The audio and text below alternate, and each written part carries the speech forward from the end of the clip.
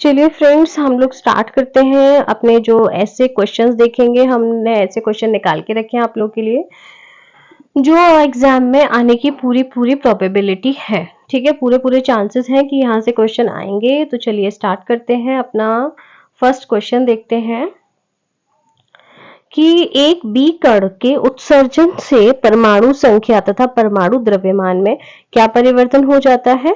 तो एक आपका क्या परिवर्तन हो जाता है कि परमाणु क्रमांक जो है वो एक बढ़ जाता है और परमाणु जो संख्या है वो आपकी क्या रहती है, अपरिवर्तित रहती है। ठीक है, और फिर जो है आपका आंखों का रंग जो है ये इसके लिए कौन जिम्मेदार होता है।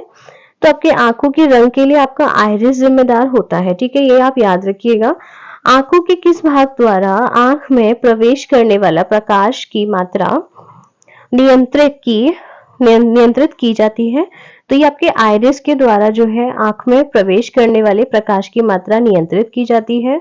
और यही आइरिस होता है जो आपकी आंखों के रंग के लिए क्या होता है, जिम्मेदार होता है।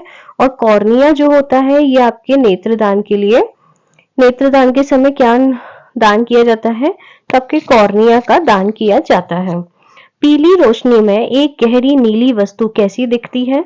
तो ये आपकी भूरी दिखती है। ठीक है, पीली वस्तु में आपकी जो एक वस्तु है वो कैसी दिखेगी, आपकी भूरी दिखाई देगी। पीली रोशनी में गहरी नीली वस्तु जो है आपकी कैसी दिखेगी, भूरी दिखेगी।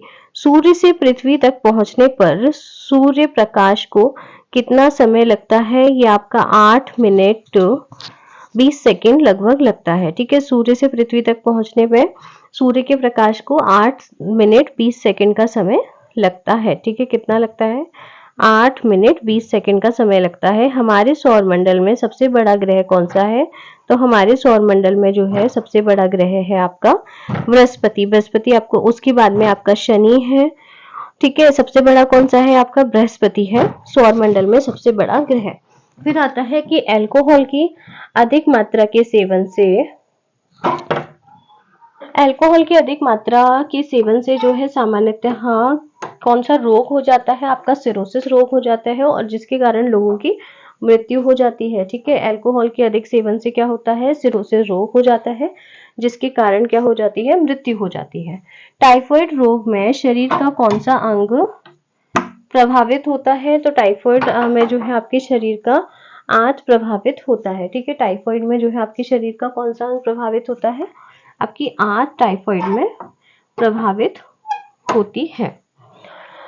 लौंग किससे प्राप्त होती है। तो लौंग जो है आपके पुष्पकली से प्राप्त होती है। आप लोगों को पता हो तो क्या बोलते हैं उसको, पराग। पराग जो होता है किसी भी फूल का वो लौंग ही होता है। ठीक है, तो लौंग ही वो पराग होता है। तो पुष्पकली से आपकी क्या प्राप्त होती है, लौंग प्राप्त होती है, जो आप मसाले में खाने में यूज करते हो। कॉकरोच किस समूह का प्रतिनिधित्व करता है। तो कॉकरोच आपके ऑर्थोपोडा समूह का प्रतिनिधित्व करता है कॉकरोच। ठीक है, फिर आता है कि वर्णांधता किन रंगों के लिए होती है। वर्णांधता आपके लाल और हरे रंग के लिए जिम्मेदार होती है।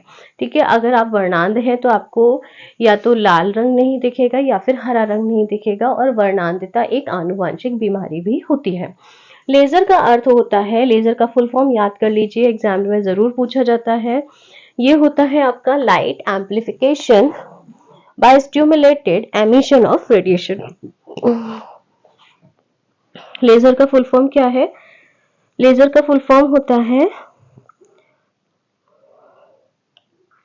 लेजर का फुल फॉर्म होता है light amplification by stimulated emission of radiation. ठीक है, लेजर का फुल फॉर्म क्या है friends, light amplification by stimulated emission of radiation. ठीक है, ये आपके लेजर का क्या है, फुल फॉर्म है, light amplification by stimulated emission of radiation. ठीक है, फिर आता है आपका प्याज किस वानस्पतिक मूल से संबंधित है। तो प्याज जो है ये आपके लिलिएसी से संबंधित है। ठीक है, प्याज जो है आपके किस वानस्पतिक कुल से संबंधित है। तो प्याज जो है आपके लिलिएसी से संबंधित है। देख रहे हो फ्रेंड्स, अब कितने इंपॉर्टेंट क्वेश्चन कवर कर रहे हैं। आपको ये क्वेश्चन कहीं पढ़ने नहीं मिलेगा कि जो है प्याज आपका किस वानस्पतिक कुल से संबंधित है। तो ये आपके लिलिएसी कुल से संबंधित है। ठीक है, प्याज लिलिएसी कुल, प्याज लिलिएसी कुल, प्याज लिलिएसी कुल से संबंधित है प्याज। ठीक है। फिर आता है निमज्जित वस्तु का पता लगाने के लिए किस उपकरण का उपयोग किया जाता है? तो ये आपके सोनार का उपयोग किया जाता है निमज्जित वस्तु का पता लगाने के लिए। ठीक है। निमज्जित वस्तु का पता लगाने के लिए किस उपकरण का यूज किया जाता है फ्रेंड्स? तो आपके किसका यूज किया जाता है? आपके सोनार का यूज किया जाता है निमज्जित वस्तु का पता लगाने के लिए। किसकी उपस्थिति के कारण किसी पादप कोशिका और पशु कोशिका में अंतर पाया जाता है?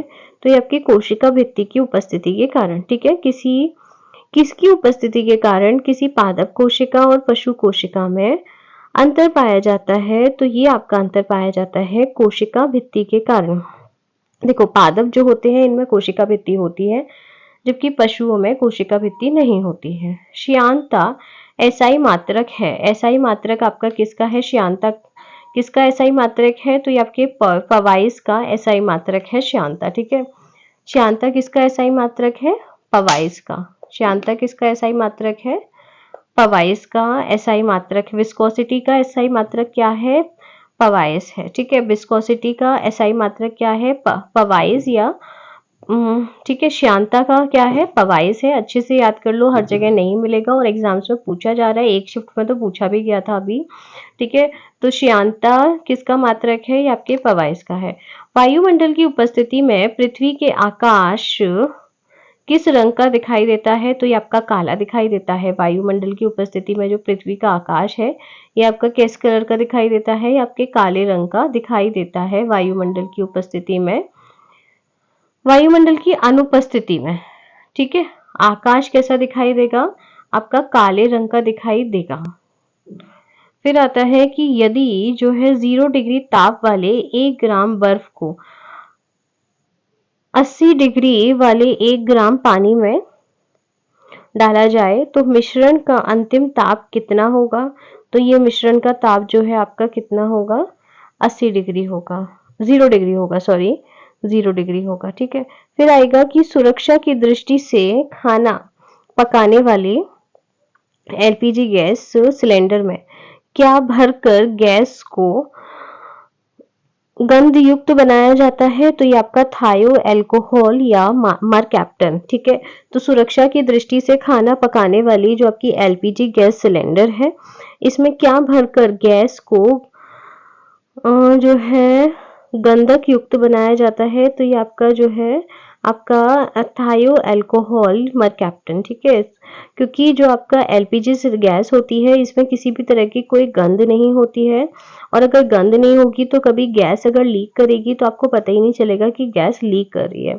तो और फिर सीधा क्या होगा? सीधा ब्लास्ट होगा। तो उस स्थिति से बचने के लिए ये किया जाता है कि उसमें आपका मरकैप्टन मिलाया जाता है ताकि जब भी गैस लीक हो तो आपको तुरंत पता चल जाए। फिर आता है कि मैग्नीफाइंग ग्लास के रूप में किसका इस्तेमाल किया जाता है? तो मैग्नीफाइंग ग्लास के रूप में आपका कम फोकस दूरी के कॉन्वेक्स लेंस का यूज करते हैं। जो मैग्नीफाइंग ग्लास होता है उसमें हम किसका यूज करते हैं? इसमें हम शॉर्ट फोकस कॉन्वेक्स लेंस का यूज करते हैं मैग्नीफाइंग ग्लास में। ठीक है। किसका यूज करते हैं? शॉर्ट फोकस कॉन्वेक्स लेंस का। कम दूरी वाले उत्तल लेंस का हम यूज करते हैं किसमें? मैग्नीफाइंग ग्लास में। ठीक है। फिर आता है आपका रासायनिक रूप से मिल्क ऑफ मैग्नीशिया क्या होता है? तो रासायनिक रूप से मिल्क ऑफ मैग्नीशिया जो होता है आपका, ये आपका मैग्नीशियम हाइड्रो ऑक्साइड होता है। ठीक है। रासायनिक रूप से मिल्क ऑफ मैग्नीशिया क्या होता है? तो ये आपका मैग्नीशियम हाइड्रो ऑक्साइड होता है। ठीक है। मिल्क ऑफ मैग्नीशिया क्या होता है रासायनिक रूप से? आपका ये होता है मैग्नीशियम हाइड्रो ऑक्साइड। ठीक है। फिर आता है अनशन या उपवास की लंबी अवधि के दौरान शरीर में अशर्करा वर्गीय पुरावर्ती में पाक्षा शर्करा या ग्लूकोज या मधुजन ग्लाइकोजन बनने की विधि का नाम क्या है? तो वो है आपका वजनन। ठीक है, ये छोड़ दो फ्रेंड्स, अगला बढ़ते हैं हम कि सभी जीवधारियों में पाया जाने वाला कौन सा यौगिक है। तो सभी जीवधारियों में आपका जो है न्यूक्लिक एसिड जरूर पाया जाता है। ठीक है, न्यूक्लिक एसिड से ही आपका डीएनए बना होता है। ठीक है, जिससे भरपूर मात्रा में फास्फोरस पाया जाता है। तो ये जो है आपका न्यूक्लिक एसिड से आपका फास्फोरस बनता है आपकी बॉडी में, और जो है सॉरी, जिसमें जो है भरपूर मात्रा में फास्फोरस पाया जाता है, ना कि बनता है। तो आपको पता होगा कि आपकी बॉडी में जो डीएनए है ये आपका न्यूक्लिक एसिड का ही बना होता है, और डीएनए के बिना तो कोई भी जीव संभव ही नहीं है। तो सारे जीवों में आपका न्यूक्लिक एसिड पाया जाता है।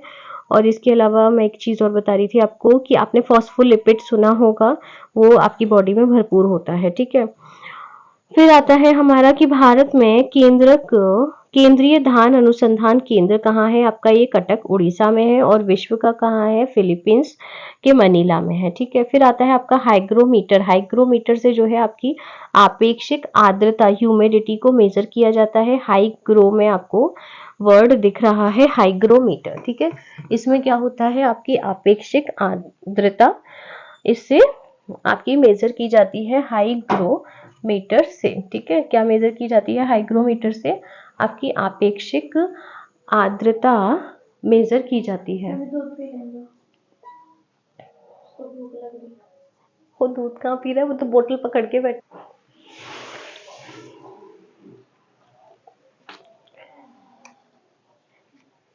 हाइग्रोमीटर, तो आपका हाइग्रोमीटर से हम क्या देखते हैं, अपेक्षित आर्द्रता देखते हैं। हाइड्रोमीटर से आपका जो है हाइड्रोमीटर अलग होता है फ्रेंड्स, और हाइग्रोमीटर अलग होता है। जहां आपको ये ग्रो वर्ड मिलेगा बीच में, तो वहां अपेक्षित आर्द्रता, ये एमपीपीएससी में भी ये क्वेश्चन पूछा जा चुका है। ठीक है, फिर आता है एक सार्स प्रोग्राम क्या होता है, एक सोर्स प्रोग्राम क्या होता है, सॉरी, एक सोर्स प्रोग्राम क्या होता है। तो ये आपका जो है उसका कंप्यूटर का क्वेश्चन यहाँ आ गया है गलती से, लेकिन इंपॉर्टेंट है तो याद कर लो कि एक सोर्स प्रोग्राम क्या होता है। एक सोर्स प्रोग्राम जो है एक उच्च स्तरीय भाषा में लिखे हुए प्रोग्राम को मशीन भाषा में रूपांतरित करना होता है। ठीक है, एक सोर्स प्रोग्राम क्या होता है कि एक हाई लेवल लैंग्वेज में लिखे हुए प्रोग्राम को मशीन लैंग्वेज में लिखा जाता है। ठीक है, सोर्स प्रोग्राम के माध्यम से जो आपकी एक हाई लैंग्वेज होती है, हाई लैंग्वेज में एक उच्च स्तरीय भाषा में जो प्रोग्राम लिखा होता है, हाई लेवल लैंग्वेज में जो भी प्रोग्राम लिखा होता है, उसे मशीन लैंग्वेज में कन्वर्ट करते हैं सोर्स प्रोग्राम के माध्यम से। फिर आता है कि किसके साथ कास्टिक सोडा को उबाल कर साबुन तैयार किया जाता है। तो आपके ये बसा या फैट के साथ में कास्टिक सोडा को उबाल करके क्या तैयार किया जाता है, आपका साबुन तैयार किया जाता है। फिर आता है कि कोणीय संवेग का मात्रक है। तो कोणीय संवेग का मात्रक क्या होता है, कोणीय संवेग का मात्रक होता है किलोग्राम मीटर से सेंटीग्रेड। छोड़ दीजिए, इसमें सही प्रिंट नहीं है, छोड़ दीजिए अभी। ठीक है, फिर मैं इसको सही करके नेक्स्ट आपकी क्लास में करवा दूंगी। कोणीय संवेग संरक्षण का सिद्धांत क्या है। तो कोणीय संवेग संरक्षण का सिद्धांत ये है कि अपने अक्ष पर घूमते हुए पिंड पर यदि कोई बाह्य बल आघूर्ण ना लग रहा हो तो पिंड की कोणीय संवेग नियत रहता है। ठीक है, कोणीय संवेग संरक्षण का सिद्धांत क्या है कि जो अपना अक्ष पर कोई भी पिंड घूम रहा है, ठीक है, और यदि उस पर कोई बाह्य बल आघूर्ण नहीं लग रहा है, ठीक है, कोई भी बाह्य बल नहीं लग रहा है, तो जो भी पिंड है उसका कोणीय संवेग क्या रहेगा, नियत रहेगा, कांस्टेंट रहेगा। यही होता है आपका कोणीय संवेग संरक्षण सिद्धांत। ठीक है, फिर आता है कि विटामिन सी की कमी से कौन सा रोग होता है। तो विटामिन सी की कमी से फ्रेंड्स आपका होता है स्कर्बी डिसीज। ठीक है, विटामिन सी की कमी से कौन सा रोग होता है, विटामिन सी की कमी से होता है स्कर्बी डिसीज। ठीक है फ्रेंड्स, अभी इसमें हम इतना ही करेंगे। अब मैं इसमें से भी आपके क्वेश्चन छांटूंगी, अगर कुछ इंपॉर्टेंट नहीं रहेंगे तो उन्हें हटवा दूंगी, और जो सारे इंपॉर्टेंट रहेंगे तो वही आपके लिए लेकर आऊंगी नेक्स्ट सेशन में। ठीक है, इसे आप लाइक कीजिएगा, शेयर कीजिएगा, सब्सक्राइब कीजिएगा। Thank you so much.